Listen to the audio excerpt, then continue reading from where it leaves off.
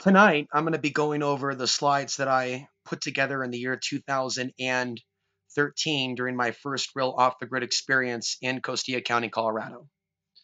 The period was March of 2013 into April, in which most of these slides were created. And I traveled to Philadelphia, Pennsylvania, to speak at the Free Your Mind 2 conference, which again took place in 2013. That video is online, and I wanted to go over the slides as we prepare for this incoming solar activity culminating around September 9th, 10th, and the 11th of this year. So what I'm going to do before the PDF comes out, and I'm really preserving a lot of the information as it was put together from my perspective and the information available then in the year 2013. In the future, I am going to be doing an update on a lot of the things that have come out in the last couple of years. So what I'm going to do for you now is share the information in brief, let the slides speak for themselves. And of course, if you're experiencing buffering issues, if you're watching live, don't forget to watch the playback, because in the playback versions of these live streams, the quality, the audio, the video appears to be intact. So let us begin.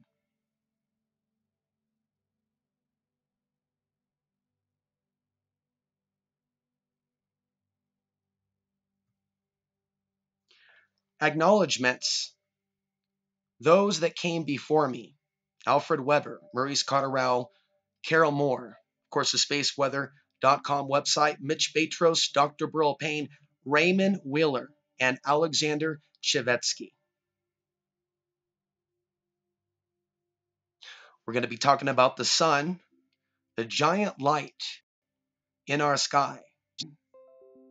I wrote the article Solar Cycles and the Earth's Weakening Magnet 2012, 2013. At that point that they had made this projection back in 2013, they had projected sunspot cycle 25 to be a expected smaller than average cycle. And as I stated in recent videos, the jury is still out. We very much could see a massive cycle in sunspot cycle 25. So the Earth sends out solar wind, as most of you know, through the coronal mass ejections, which erupt out of the sunspots, the darker spots on the sun. And when we go through a solar maximum, we're going through a period of increased sunspots. And again, this was an early projection, what NASA was expecting from the perspective of 2012, 2013. Solar cycle 24, which we've come out of, was originally projected to be 30 to 50% stronger than the previous cycle, which began as much as a year late. There has been some delay in the intensity of the rise, leading some to speculate if we are going into a deep minimum, and some to speculate if this is the quiet before the storm. Everything that I'm discussing here also is relevant to the upcoming solar cycle 25. Solar wind has dropped to a 50-year low. NASA has now predicted the solar cycle is going to double peak in 2013 and 2015, and that is, believe it or not, exactly what happened, which we also saw during solar cycle 14, as well as solar cycle 23 and solar cycle 22.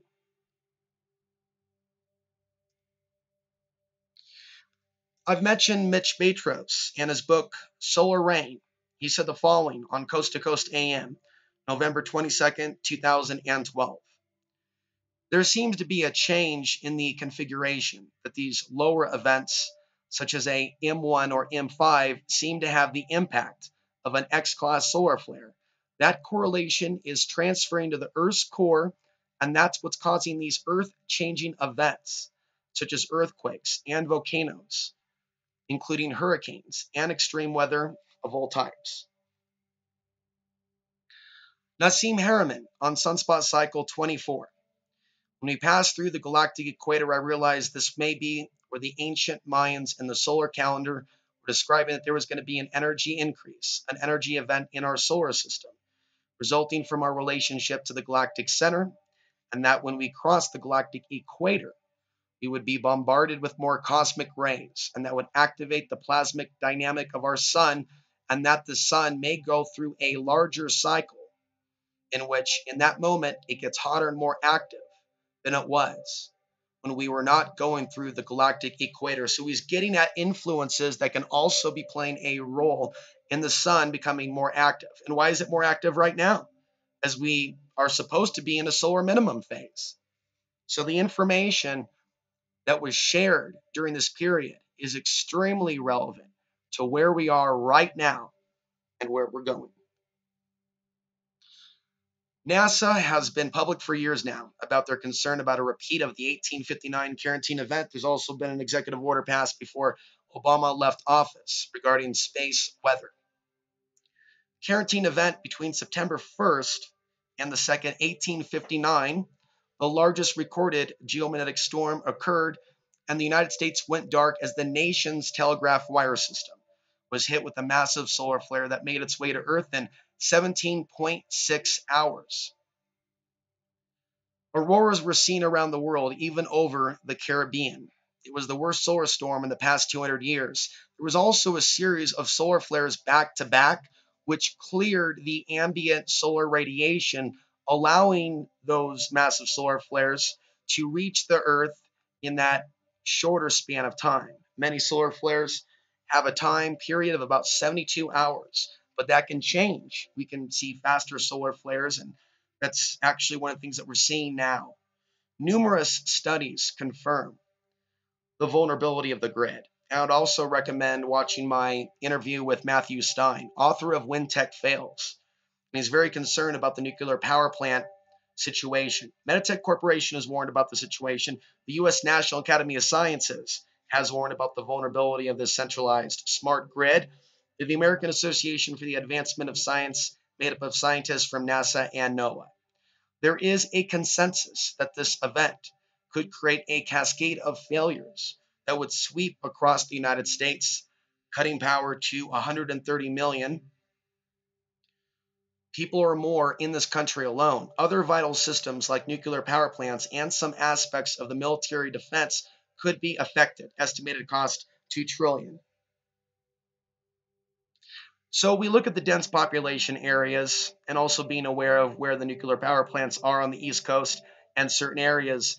Obviously, an issue of grave concern as we look at the fires taking place right now, the chemical spills in Texas, also threats from Mother Nation to the grid. And then, of course, we have Florida getting ready for Hurricane Irma. So where you see the lit up areas, this is the electric grid. This is where most of the power is being used, as opposed to the darker areas, far less dependency or usage of the grid. We are coming to you, by the way, off the grid using solar power and a generator. So nuclear power plants are at risk. If the electric grid were to fail during a solar event, the cooling system and nuclear plants would not be able to function, and that would trigger a meltdown if the plants were cut off from fuel for a prolonged period of time. As it sits right now, backup generators fueled by diesel are estimated to only have fuel for several days to a week. Government inaction, and why is that? In June 2010, the House of Reps voted unanimously in favor of the Grid Reliability and Infrastructure Defense Act, or H.R. 5062, which was aimed at taking steps to protect the United States power grids from a solar storm. When it was introduced in the Senate, the bill was stripped of all references to protecting the power grids. The estimated cost to reinforce the grid is only about $10 million. So, are we looking at a Tower Babel situation? These are the things to ask ourselves. concerning government inaction. Is there a fear in the upper echelons of government and governments worldwide that their Tower of Babel might be on the brink of collapse? Has at any time the government discovered the potential of this event or other disasters with the use of remote viewing or other means? In what specific ways are the powers that be prepping for this event? And how do they intend to maintain a strong, dominant, and controlling position when their technology that's often used to suppress humanity is disrupted? How might a blackout in one part of the planet affect the global power structure, balance of power, or the ability for one nation to attack and wage war on another? As we look at current events, how might this create a positive outcome after a period of time for people seeking freedom from dominating structures and oppressive systems at a moment when governments may not possess the technology or resources to suppress or manipulate them? Think about the disinformation on the internet. What if that were to go down? Complications, yes, but it would certainly be a game changer. How might such an event bring people together in a crisis where friends and loved ones become, this is key, more valuable than money or technology? So is this the end, or is this the beginning of something new? Other events when technology has been disrupted in our lifetimes. On November 13th, 1960, a solar flare disrupted the Earth's geomagnetic fields, upsetting the operation of radio stations. In 1989, a relatively weak geomagnetic storm caused an accident at a Canadian hydroelectric power plant that left 6 million people in the US and Canada without power for 9 hours. In May of 1993, a solar flare affected ATM machines in Massachusetts. On October 28, 2003, an X7.2 and X10 solar flare interfered with satellite communications, produced a brief power outage in Sweden, and lit up the skies with ghostly auroras as far south as Florida and Texas. On September 7th, 2005, a string of X-class solar flares, including an X17, caused other disruptions to major power grids and knocked out the GPS system completely for 10 minutes. On June 7th, 2011, a moderate solar flare caused minor satellite disruption. So let's talk about the Sun's Great Conveyor Belt, or GCB. And it's a massive circulating current of fire and hot plasma within the sun. It has two branches, north and south, each taking about 40 years to perform one complete circuit. Scientists believe this controls the sunspot cycle. Record slowdown of the Sun's Great Conveyor Belt by 2022. In 2006, NASA solar physicist David Hathaway stated that a previous study of the GCB showed a slowdown and said that based on current data, the slowdown we are now seeing means that solar cycle 25 peaking around 2022 could be one of the weakest in centuries. In 2009, his calculations took a 180-degree turn when he found that the speed of the GCB decreases the number of sunspots increase on the sun, and vice versa. The GCB has been circulating at exceptionally high speeds for the last several years during a time in which we've seen less than expected sunspot numbers. Meaning, if they are planning to see a slowdown, their models have changed. They're actually expecting to see increased solar activity, solar cycle 25. We're getting into the 2020s slowly. NASA's David Hathaway said this changes existing models of the solar cycle and has forced us back to the drawing board for new ideas. Scientists are also stumped by the sun's asymmetrically reversing magnetic field. The sun's magnetic field is reversing south becoming north as it does approximately every 11 years on a cycle. But this time, something even stranger is going on. The north is moving much faster than the south, and space scientists aren't sure why. That is a report from 2012. Now let's talk about the Earth's magnetic field, which I spoke about in detail in a recent video produced live tonight. Scientists have been raising the alarm about Earth losing its magnetic field as they have discovered a giant breach. The Themis satellite spacecraft has discovered a breach in Earth's magnetic field 10 times larger than anything previously thought to exist. Solar wind can flow opening to load up the magnetosphere for powerful geomagnetic storms. But the breach itself is not the biggest surprise. Researchers are even more amazed at the strange and unexpected way that it forms, overturning long-held ideas on space physics.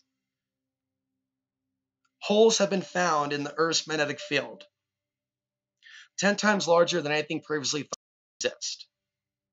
20 times more solar wind passed into the Earth's protective shield when the magnetic fields were aligned.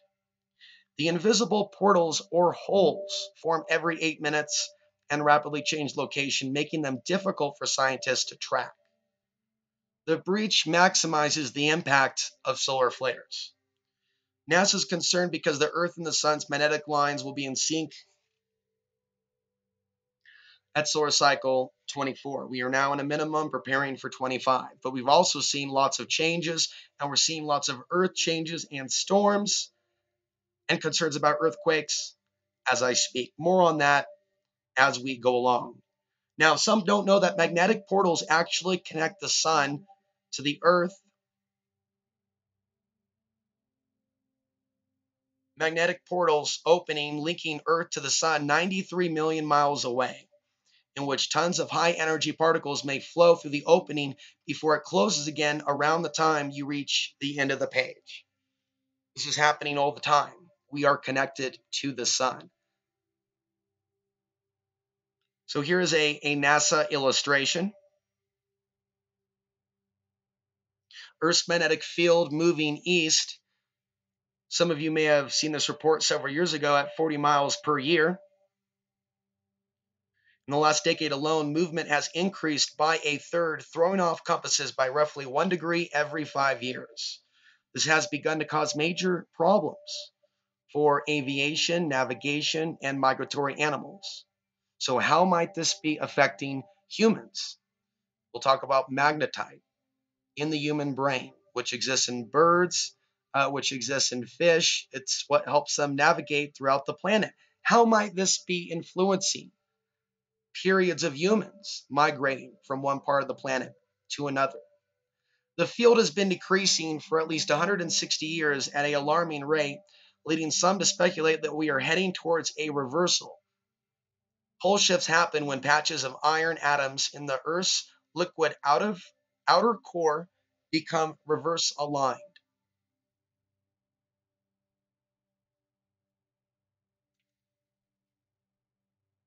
Changes detected in the Earth's liquid outer core. A German-French study published in the National Academy of Sciences found evidence of a growing patch of reverse alignment in the liquid core by observing extremely fast changes or magnetic jerks on an area between the Atlantic and Indian Ocean, an area where current flows are the highest.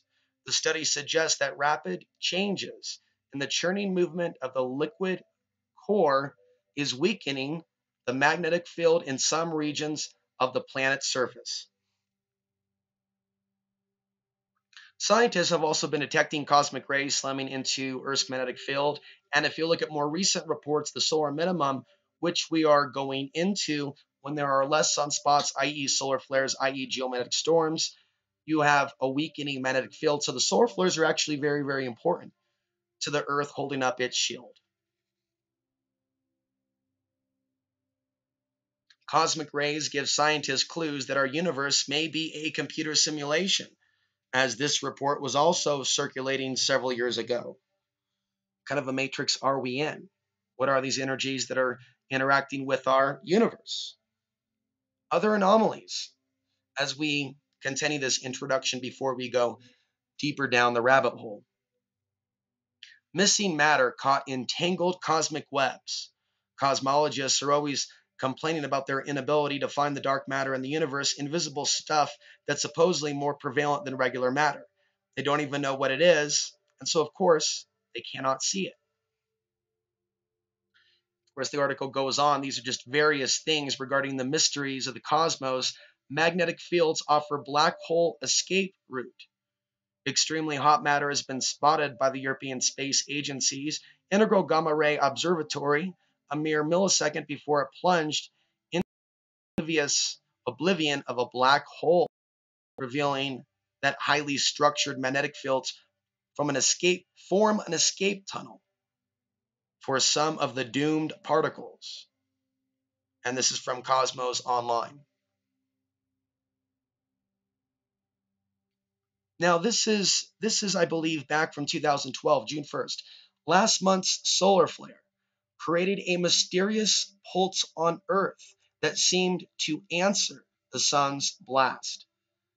So again, we look at the possibility of a conscious sun and a conscious Earth, spirits that potentially may be communicating with each other. Whether this is something that we currently are aware of or not, it's not outside the realm of possibility. Changes and new discoveries in our solar system. It's official, water ice discovered on Mercury. Again, we're seeing massive changes in the magnetic fields on many, many planets. New storm on Jupiter hints at climate change. How could greenhouse gases on Earth be affecting other planets? Pluto's atmosphere larger than thought, study shows. Dark side of Uranus rings reveal dramatic changes. NASA's Cassini sees abrupt turn in Titan's atmosphere. NASA spacecraft reveals dramatic changes in Mars' atmosphere. And then we look at their plans for Mars in the future. What do they know about the changes coming to the atmosphere on Earth and Mars that we don't? Strongest evidence yet to there being life on Mars. Bizarre vortex on Venus changes shape every day. Bizarrely taken on the appearance of a giant letter S or the number B, a new study reveals. Changes in the ionosphere of Venus discovered. 7 new planets found. 2 may sustain life. So we're going to start talking about this term that I've been using for years, pattern recognition.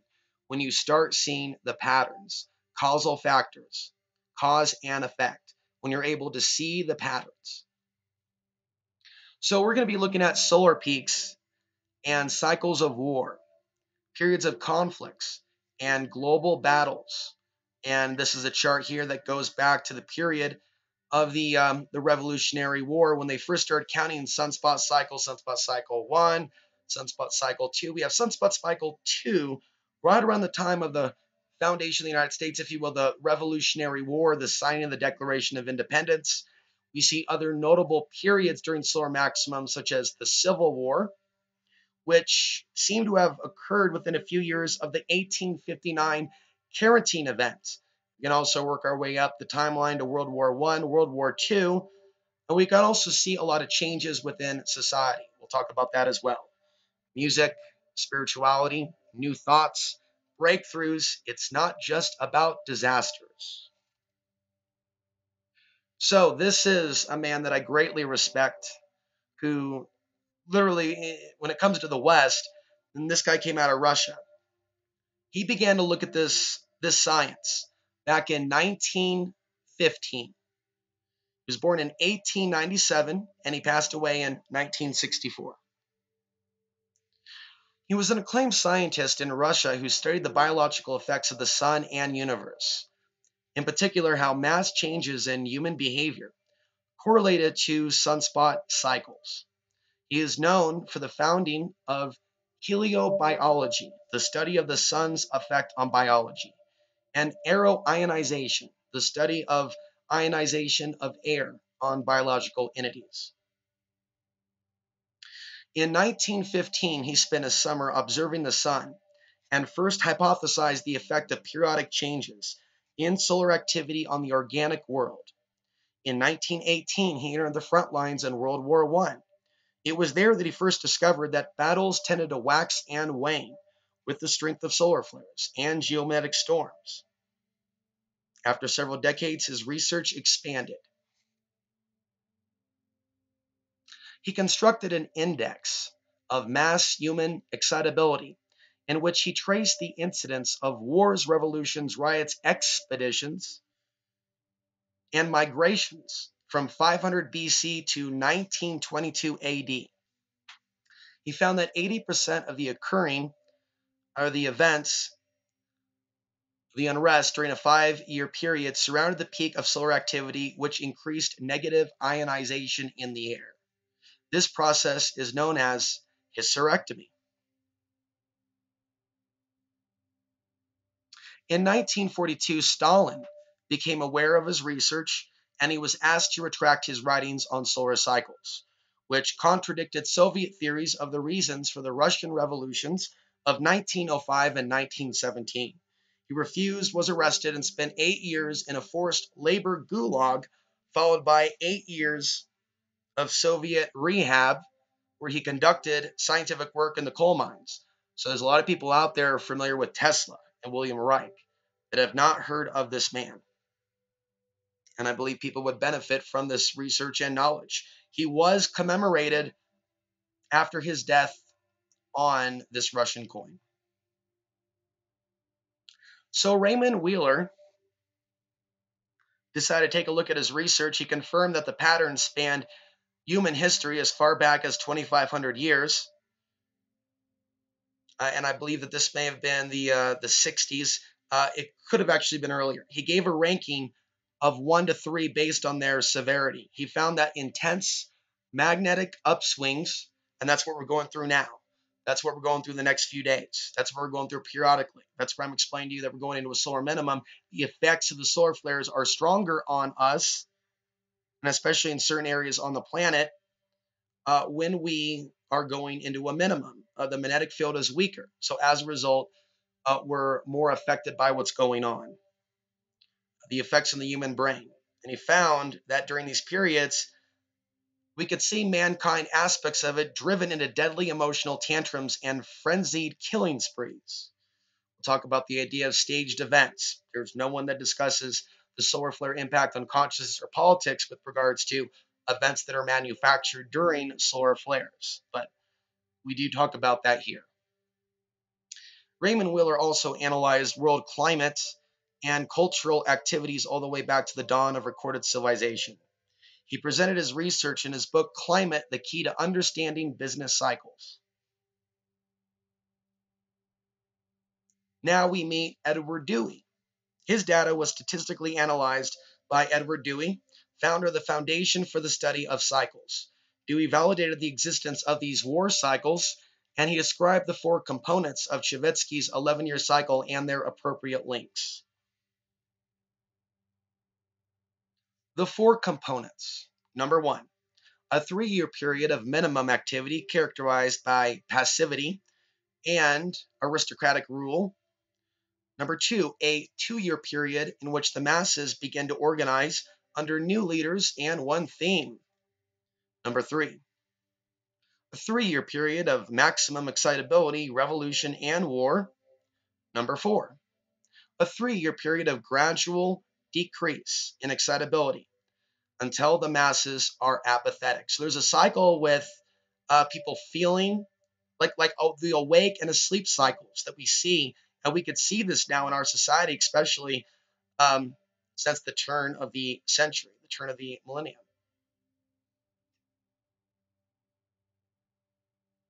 Here we have the 4 components as represented here by the colors. So we see the wave flowing up, and also it's good to visualize like a sound wave. Think about sound wave, and this is basically something that looks like a sound wave in action. Dewey wrote in 1970 that knowing that wars have a cyclical nature related to the sunspot cycles implies that they have a common cause and therefore they are predictable. And therefore, you can actually make the right response measures by knowing how you're affected by these changes. If so, then maybe they can be avoided. The negative complications, being aware, changes in society, how some people behave, be forearmed with knowledge and information. Dr. Robert Becker and Dr. Freedman. Another study was conducted in 1963 by Dr. Robert Becker and his colleague, Dr. Freedman. They found that more people flip out at times of increased geomagnetic activity. And there was an increase in psychiatric hospital admissions. Becker passed on in 2008 with a dire warning to the world about the years ahead. So now let's talk about Carole Moore. She wrote an article online, Sunspots and Activist Strategy.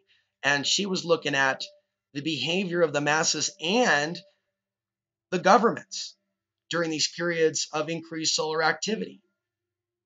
So she's a pioneer with regards to original commentary and information regarding this. Governmental leaders often respond to mass protests by starting wars to unite the people, look at where we are now, and suppress dissent. Also, they themselves may get caught up in the mania caused by negative ionization and launch irrational wars.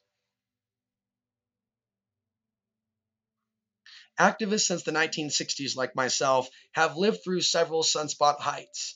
The 68 to 71 period, 79 to 82, that was disco age, 1989 to 1992. Remember what was going on then in the nation, in the hood? 2000 to 2003 periods, and what was going on then in our world? We can think back at our own experiences of several years of frenzied activity with big meetings and big protests when the least indignity might lead to riots, rebellions, revolutions, civil wars. And we can remember other periods of years when once vital organizations declined or died. Meetings and protests were fewer and smaller. Where'd the anti-war movement go? And lethargic peoples seemed willing to endure repression. Then, just when the few remaining activists were in a deep despair, a magical resurgence of activity. Again, for the most part, without the people knowing about this information or seeing this video. Please share this video throughout the web. If government intelligence agencies are on their toes, they have bookmarked this page and have experts studying the effect of sunspots on activism so they can squelch or even redirect such energies, revolutions, when they rise again. So it's hardly silly for activists also to look at the evidence that these cycles have influenced all of human history, and to learn the implications of these cycles for activist organizing today and in the future. Now we meet Dr. Burl Payne. In the 1980s, Burl found that the start of warring behavior occurred on the ascent or descent of the sunspot cycle, and that the physical mechanism to trigger this was changes in the Earth's field, geomagnetic field, which affected brain rhythms and hormone balance of sensitive individuals. His website is BURYL'S.com.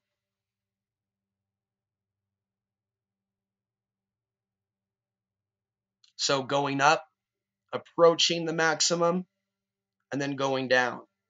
Not just the period in the maximum, the months leading up to, kind of like the affected eclipse before and after and the full moon, but literally the days prior and after. Geomagnetic storms were also impacted by the sunspots erupting towards Earth even before we're affected by the light, which is near instantaneous or a matter of minutes.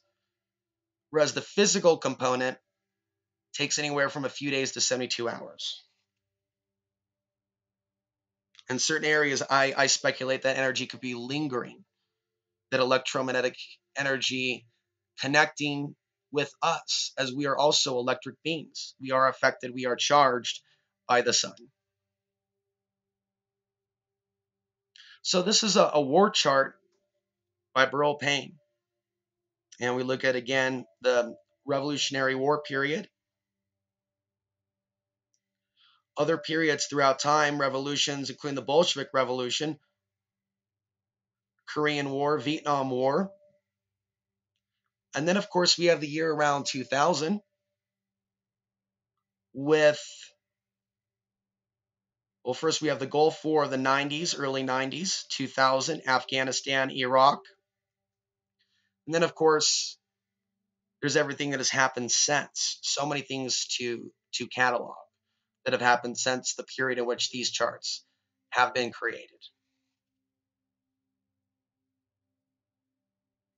So he likens the effect on human consciousness with regards to male macho syndrome, noting that the men seem to be more affected in a violent manner by the sun, while the moon seems to have a stronger impact on females. Of course, I believe both male and female are affected by both, but they certainly seem to have their dominance, some believe, over gender. Payne writes that wars could be called a mass psychosis or a new disease, which is not caused by bacteria or a virus, if warring behavior is perceived as a previously unknown type of mass psychosis, then the means for dealing with it becomes different from those traditionally employed, which hasn't worked very well. BURYL'S study of planetary influences. He observed that when Mars, Venus, and Mercury were near the Earth at the same time period, more sunspot numbers were likely to form, and wars were more likely to start if the sunspot cycle was either on the ascending or descending part of the 11-year solar cycle. He found that there is a correlation 85% of the time between periods in which planets are relatively near the Earth and production of sunspots and other solar activity. More details are given in his book, Planetary Influences. War cycles and astrology. George, and this last name, Jerdov, improper enunciation, but he's well known in the world of astrology. Metaphysical teacher in the 40s who said that war is the result of planetary influences. He said, quote, when two or three planets pass too near each other, tensions result. For the planet, the tension lasts perhaps a second or two. But here on Earth, the influences cause people to slaughter one another for several years. People affected at the time feel hatred for one another and feel the need to kill each other for some exalted purpose, or to defend somebody or something due to exaggerated feelings of pride and nobility, or to act upon some other unrealistic and manic urge or endeavor.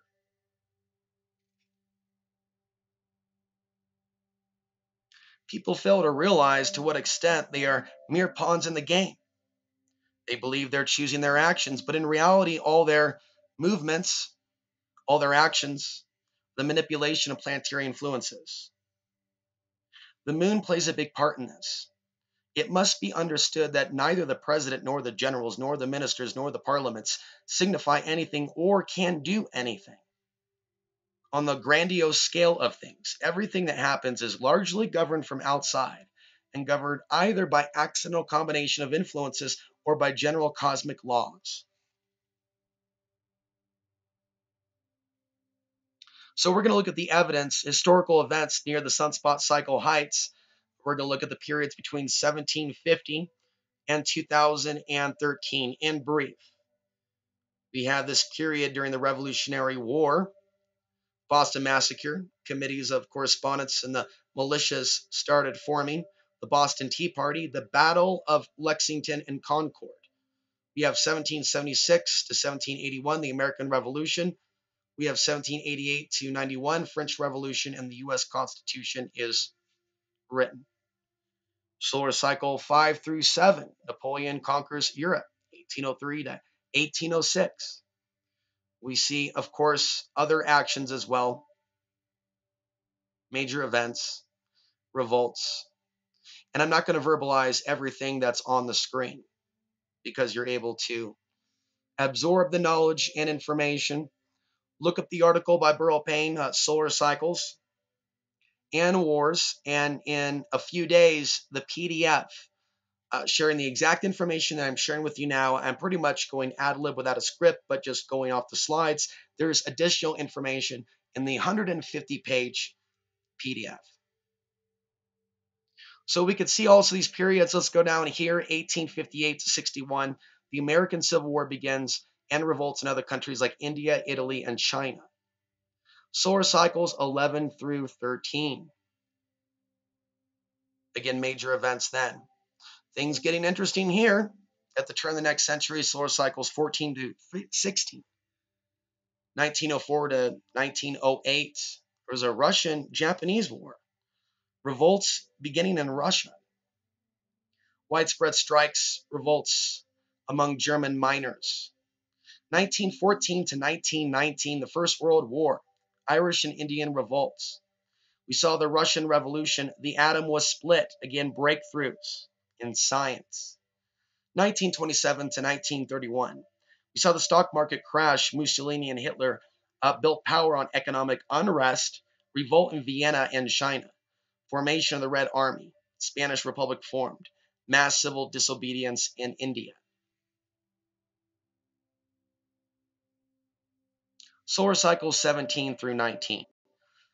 1936 to 1939, we saw the Spanish Civil War.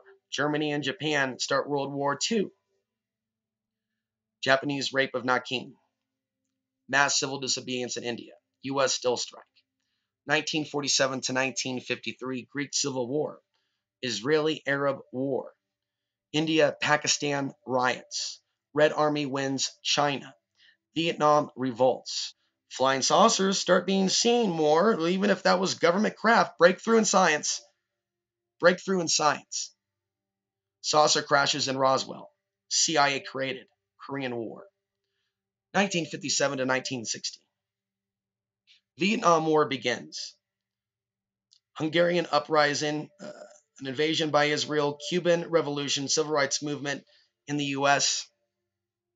Again, all responding to the increased energy. French-Algerian War. Revolt in Iraq, numerous African nations gain independence. Solar cycle 20, the late 60s, height of the Vietnam War. Peace demonstrations worldwide, student uprising, Czechoslovakian uprising, USSR invasion, U.S. inner city riots, Israeli-Arab War, Woodstock and height of hippie movement, uprising in France, Prague Spring, moon landing, alleged, MLK and Bobby Kennedy assassinated. Solar cycle 21, 1978 to 1982. Polish solidarity begins. U.S. anti-tax movements reaches heights and elects Reagan, Shah of Iran, overthrown. Iraq-Iran war begins. USSR invades Afghanistan. Baltics War. Zimbabwe gains independence. Anti-nuke and peace demonstrations increase worldwide. U.S. aid to Contras in Nicaragua. U.S. invades Grenada. Israel invades Lebanon. Solar cycle 22, the late 80s. Palestinian politics and fighting during that period. Eastern European dissidents organize. USSR and US sign missile treaty.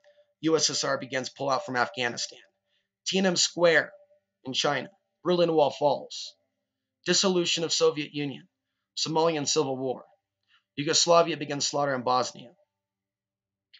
And so much more. Also, I added in Bush Sr. gave New World Order speech.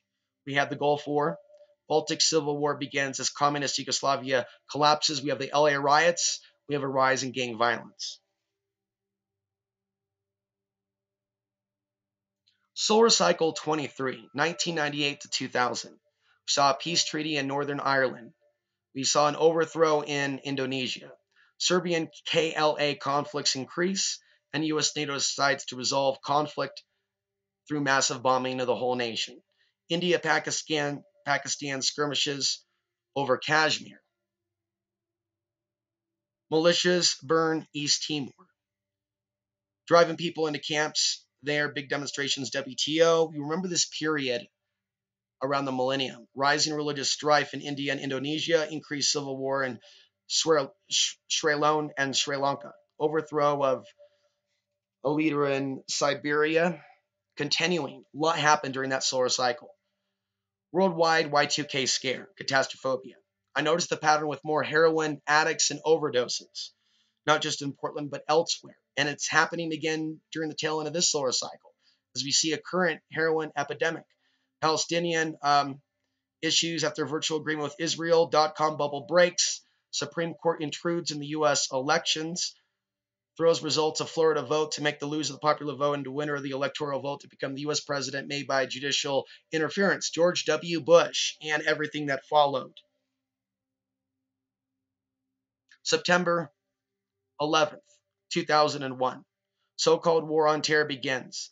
Invasion of Afghanistan, the Patriot Act, signed into law. Peace treaty disrupted in Northern Ireland, land confiscations in Zimbabwe, invasion of Iraq, massive protests, demonstrations against war. Afghanistan struck by late 2001.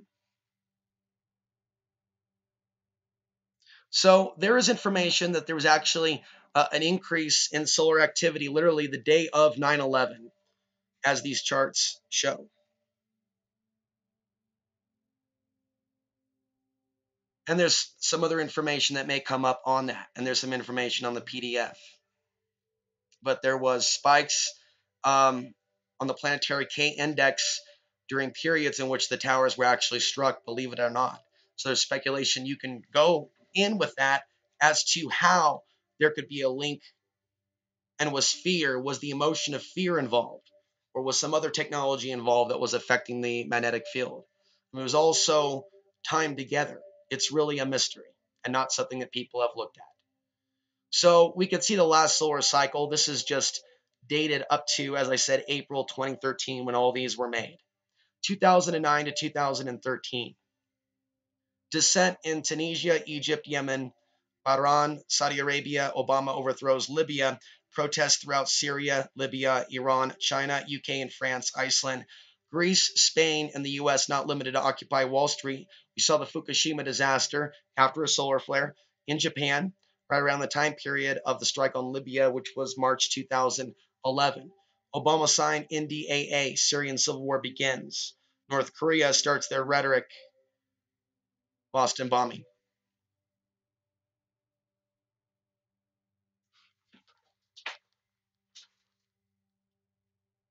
Another individual out there has looked at the economic booms and busts and their link to the solar cycle. This is a chart showing the booms and busts from 1926 to 2003, economic cycles, and the sun.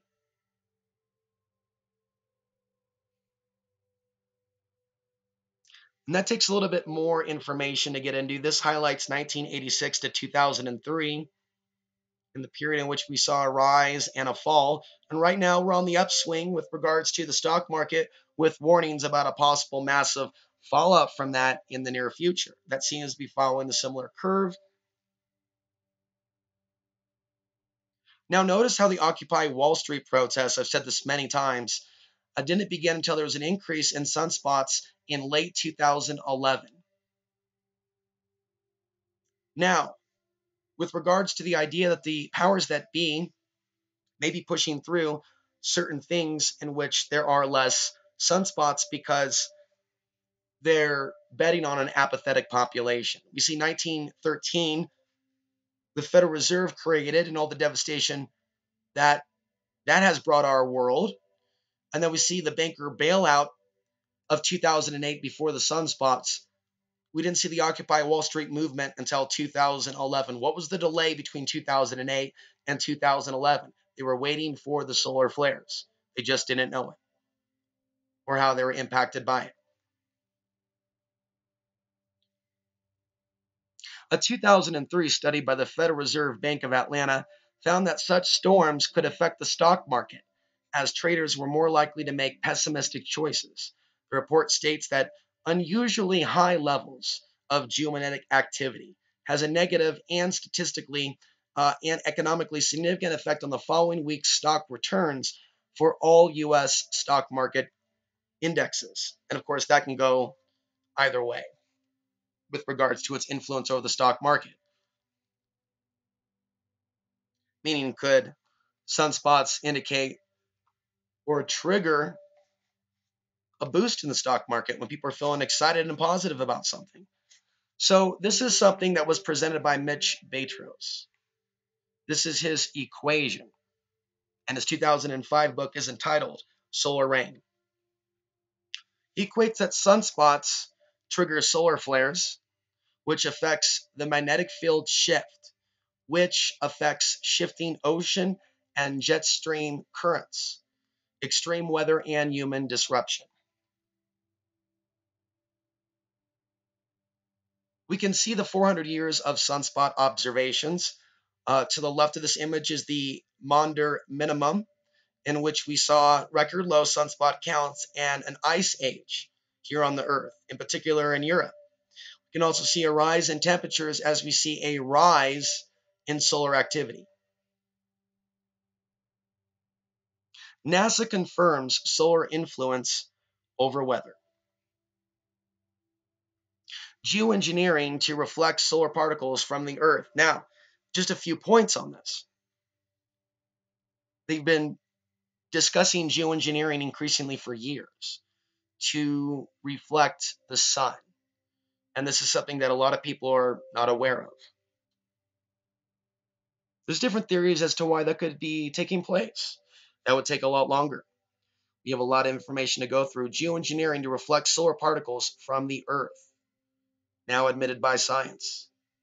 Now, it's widely believed that chemtrails are blocking our connection to the sun, decreasing vitamin D, and perhaps conscious connection to the sun as well. So these are different things that I believe are Earth-changing events that are linked to solar activity. Mount St. Helens erupted several months after my birth in 1980.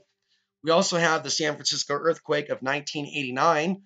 We have Hurricane Katrina following an X-class solar flare. That was during a solar minimum. Watch Hurricane Irma and the current solar reports coming out right now about the incoming solar storm.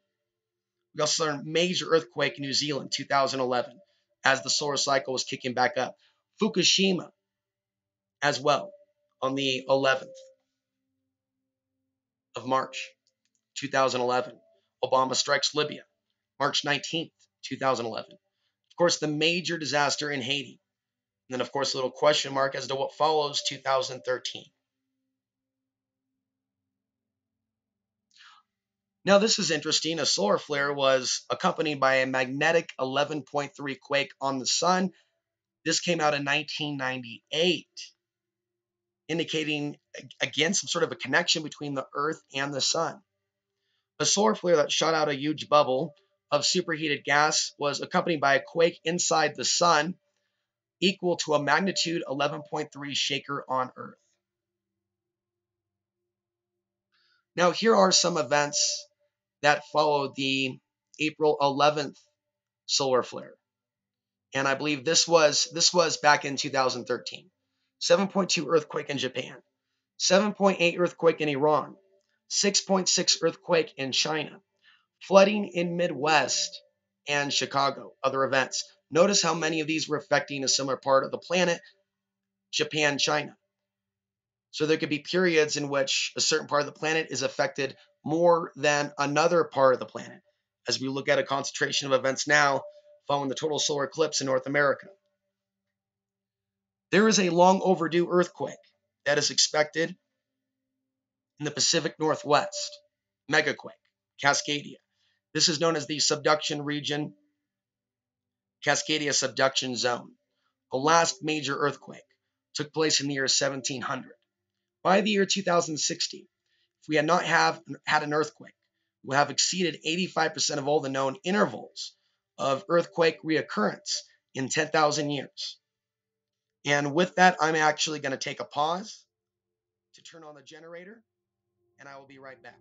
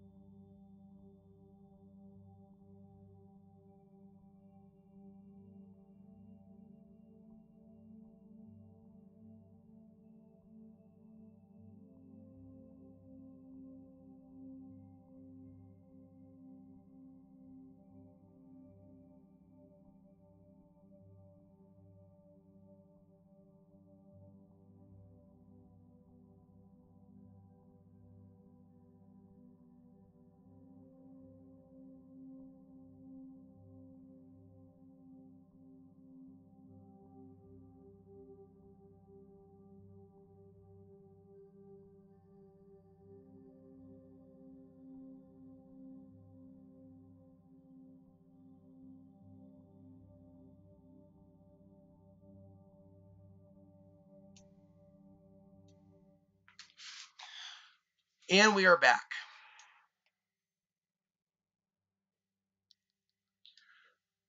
So again, we are long overdue, many people believe, with regards to the next mega quake, not just Cascadia, but also the Madrid fault. Here's what Mitch BATTROS has to say on Coast to Coast with regards to the potential link between solar flares and earthquakes. Quote, there are layers of the Earth. There's the crust, the mantle, then there's the outer core and inner core. Then you have the core. An escalation of these charged particles, a deflection of magnetic fields, is a strong impact on the Earth's core. So the Earth's core is heating up. To compensate for the heat, the core releases liquid, which filters out through the inner and outer core, and it penetrates into the mantle. And forms large bubbles called mantle plumes. This is the process of convection, which is a transfer of heat either by circulation or movement, and it bumps up against tectonic plates.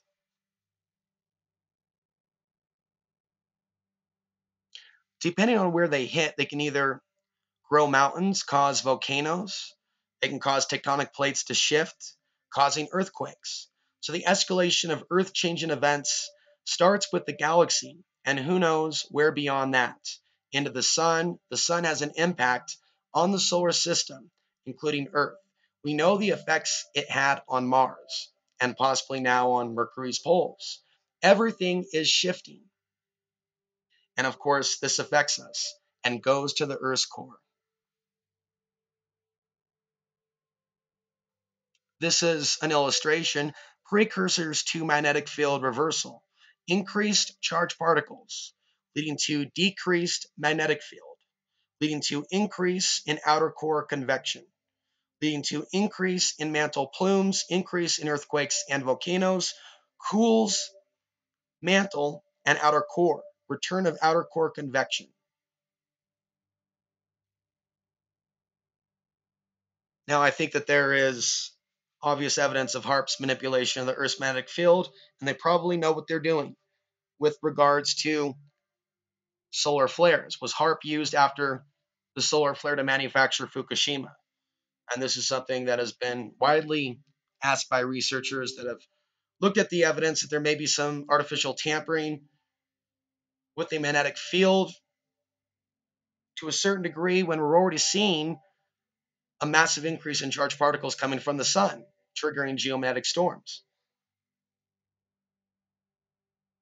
The sun ejected an X1 solar flare on the 9th of March in the year 2011. This is right before Fukushima. From spaceweather.com during that time. Bookmark that site now. See what it says right now about what's coming in. X-class solar flare, March 9th, in it with a powerful solar flare. Earth orbiting satellites detected an X1 class explosion from SUNSPOT 1166 around 23:23 Universal Time. From NASA's Solar Dynamics Observatory, it shows a bright flash, UV radiation, plus some material being hurled away from the blast site. So now we're going to look at solar influence over the rise and fall of civilizations. Think about population growth, population decline. Meet Maurice Cotterell, author of Future Sciences. In this chart, we see a rise and fall of civilizations going back to 3000 BC and various periods in which we see the pyramids, the rise and fall of civilization within Egypt, Stonehenge, and of course other periods. Rome, the Roman Empire, the collapse of the Mayan civilization.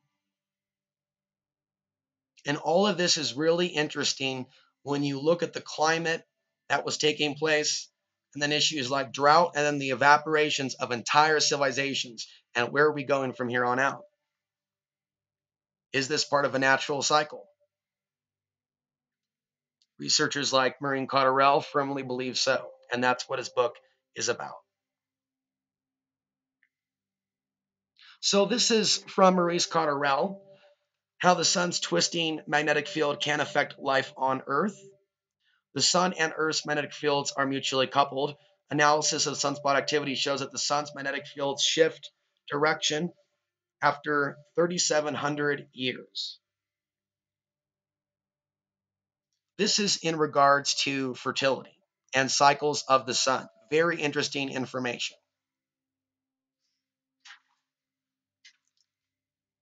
Magnetic shifts always bring infertility cycles through variation in the production of estrogen and another hormone or chemical in females.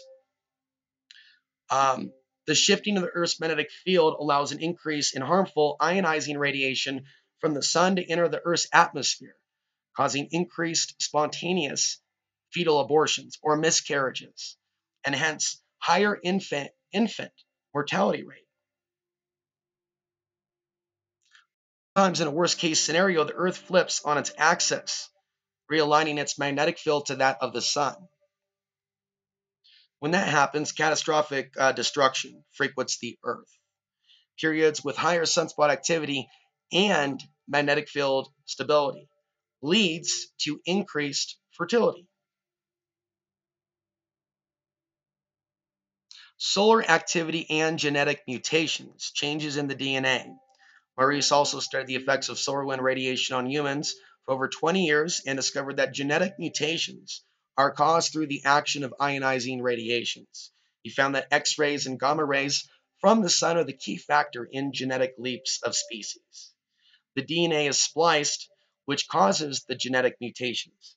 Ionizing radiation and magnetic radiation from solar flares on the sun's surface and other sources have acted upon developing general causing mutational leaps in species. He also discovered that these periods of radiation cause people to become more intelligent and make great advances in society.